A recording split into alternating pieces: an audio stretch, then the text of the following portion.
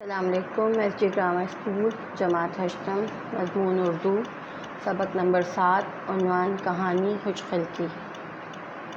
بچوں صفحہ نمبر 38 کھولیے، سبق کی بلند خوانی کیجیے اور ایک صفحہ خوش خطی کیجیے۔ خلاصہ: حدیث تم میں سب سے افضل وہ ہے جس کے اخلاق اچھے ہوں۔ یہ کہانی دو مختلف مزاج کی عورتوں کی ہے۔ ان میں ایک خوش اخلاق ہے اور دوسری بد اخلاق ہے۔ چھوٹے سے گاؤں میں ایک متقی پرہیزگار خاتون رہتی تھیں۔ بہت خوش اخلاق تھیں۔ کمزوری کے باوجود سارا دن یاد الہی میں مصروف رہتی تھیں۔ ان کی بہو ایک بد مزاج عورت تھی جو ان کے ساتھ بد زبانی کرتی تھی۔ ایک دن ان کی بہو نے ان سے کہا کہ اللہ اللہ کرنے کا اتنا ہی شوق ہے تو کسی جنگل میں چلی جاؤ، ہماری جان کیوں جلاتی ہو؟ خاتون نے بہو کو تحمل سے جواب دیا کہ اگر تمہاری خوشی اسی میں ہے تو یوں ہی صحیح، میرے حصے کا رزق تو جنگل میں بھی مل جائے گا۔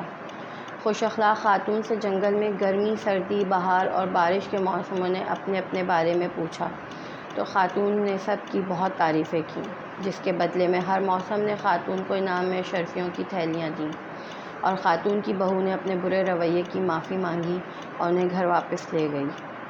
خوش اخلاق خاتون کے پڑوس میں ایک بد مزاج خاتون رہتی تھی۔ جب ان کے پڑوس میں پتہ چلا کہ پڑوس میں خاتون کو جنگل سے اشرفیوں کی تھیلیاں ملی ہیں تو انہوں نے بد مزاج خاتون کو بھی مشکل سے تیار کیا کہ وہ جنگل میں جائیں اور اشرفیوں کی تھیلیاں لے کر آئیں۔ بد مزاج خاتون سے بھی ان چاروں موسموں نے اپنے بارے میں پوچھا تو بد مزاج خاتون نے سارے موسموں کی بہت برائی کی اور انہیں ڈانٹ کر بھگا دیا۔ جب بد مزاج خاتون کے گھر والوں نے واپس آ کر پوچھا کہ اشرفیاں کہاں ہیں تو خاتون نے بتایا کہ میں نے ان موسموں کو ڈانٹ کر بھگا دیا، اس لیے وہ مجھے کچھ نہیں دے کر گئے۔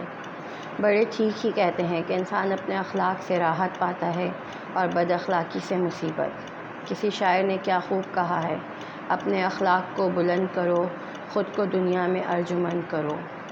بچوں، یہ خلاصہ آپ لوگوں نے اپنی کاپی میں لکھنا ہے، اسے اپنی کاپی میں مکمل کیجیے۔ درج ذیل الفاظ کے معنی کاپی میں تحریر کیجیے۔ الفاظ: ضعف، کمزوری، صناعی، کاریگری، ہنرمندی، رعنائی، خوبصورتی، خوشنمائی، مشک، وہ خوشبودار مادہ جو ہرن کی ناف سے نکلتا ہے، عنبر، سمندر کی خوشبودار جھاگ جس کو جلانے سے خوشبو پیدا ہوتی ہے، واویلا کرنا، رونا پیٹنا، فریاد کرنا، دہائی دینا، نگوڑا، نکما، ناکارہ، منحوس، نامراد، عورتوں کا تکیہ کلام، جان لیوا، جان لینے والا جو جان لے کر ٹلے، ارجمند، قدر و قیمت والا، مرتبے والا۔ سرگرمیاں، سوال جواب۔ سوال نمبر 1، نیک مزاج بڑی بی جنگل کیوں گئیں؟ جواب: نیک مزاج بڑی بی کی بہو نے ایک دن انہیں طعنہ دیا کہ ہر وقت اللہ اللہ کرنے کا اتنا شوق ہے تو کسی جنگل ویلے میں کیوں نہیں چلی جاتی، ہماری جان کیوں جلاتی ہو؟ بڑی بی کو بہو کی بات ناگوار گزری، مگر انہوں نے تحمل سے جواب دیا کہ میرے حصے کا رزق مجھے جنگل میں بھی مل جائے گا۔ یہ کہہ کر انہوں نے جنگل کی راہ لی۔ سوال نمبر 2، بد مزاج بڑی بی کی جنگل جانے کی وجہ کیا تھی؟ جواب: بد مزاج بڑی بی بھی جنگل اس وجہ سے گئیں کیونکہ وہ چاہتی تھیں کہ انہیں بھی اشرفیوں کی تھیلیاں ملیں۔ سوال نمبر 3، چاروں موسم خوش مزاج بڑی بی کی کس بات سے متاثر ہوئے اور انہوں نے بڑی بی کی کیا خدمت کی؟ جواب: چاروں موسم خوش مزاج بڑی بی کی خوش اخلاقی سے متاثر ہوئے اور انہوں نے بڑی بی کو اشرفیوں کی تھیلیاں دیں۔ سوال نمبر 4، بد مزاج بڑی بی کے ساتھ موسموں نے کیا سلوک کیا اور اس سلوک کی وجہ کیا تھی؟ جواب: بد مزاج بڑی بی کے ساتھ موسموں نے بہت برا سلوک کیا کیونکہ بڑی بی نے ان کے ساتھ بہت بد مزاجی سے بات کی تھی۔ سوال نمبر 5، آپ نے اس کہانی سے کیا پیغام حاصل کیا؟ وضاحت سے لکھیے۔ جواب: حدیث کا مفہوم ہے، تم میں سے سب سے افضل وہ ہے جس کے اخلاق اچھے ہوں، یعنی خوش مزاج انسان کی بصیرت اور بصارت میں بھی خوش نمائی ہوتی ہے، جبکہ بد مزاجی ایک بدترین برائی ہے جو دوسروں کے لیے نقصان دہ اور اذیت کا باعث بن جاتی ہے۔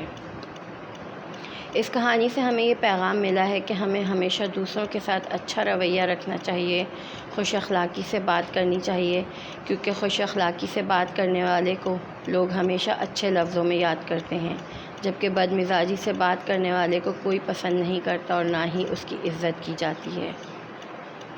کتاب کا کام، صفحہ نمبر 44 میں سوال نمبر 3 کتاب میں مکمل کیجیے۔ صفحہ نمبر 45 میں سوال نمبر 4 کاپی میں مکمل کیجیے۔ سوال: کاپی میں کیے گئے الفاظ معنی میں سے کسی 5 الفاظ کو اپنے جملوں میں استعمال کیجیے۔ قواعد کا کام، صفحہ نمبر 45 میں سوال نمبر 5 کاپی میں قواعد کے حصے میں مکمل کیجیے۔ انشاء پردازی یعنی مضمون نگاری، صفحہ نمبر 46 میں سوال نمبر 6 قواعد کے حصے میں کاپی میں مکمل کیجیے۔ بچوں، اس ٹاپک کے حوالے سے اگر کسی طرح کا کوئی مسئلہ ہو تو آپ اسکول میں مجھ سے کانٹیکٹ کر سکتے ہیں۔ اگلی سلائیڈ میں پھر ملاقات ہوگی، تب تک اپنا بہت خیال رکھیے۔ اللہ حافظ۔ Stay home, stay safe.